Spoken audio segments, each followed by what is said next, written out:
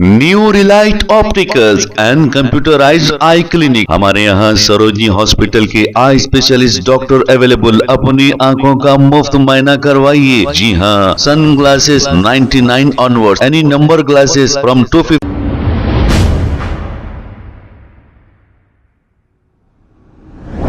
अस्सलाम वालेकुम नाजरीन, 7H न्यूज सच को रखे आपके आगे। मौलाना हामिद हुसैन शत्तारी ने शेख सईद बावजीर को याद किया। हाँ, क्यों ना याद करें, क्योंकि शेख सईद बावजीर शख्सियत ही ऐसी थी।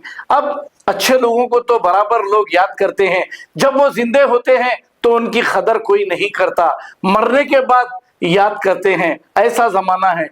इस पर हामिद हुसैन शत्तारी साहब ने क्या कहा शेख सईद बावजीर के ताल्लुक से, आइए सुनते हैं तफसीलात।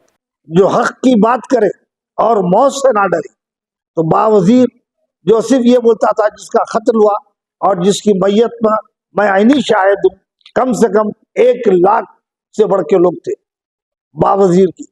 आप लोग कौम भूलने वाली नहीं है। और 3 दफा मुकामात नमाज जनाजा में हटा दी गई। ये बात है जो अच्छे लोगों का जिक्र है, वहां पर हम बराबर ये इजहार करना।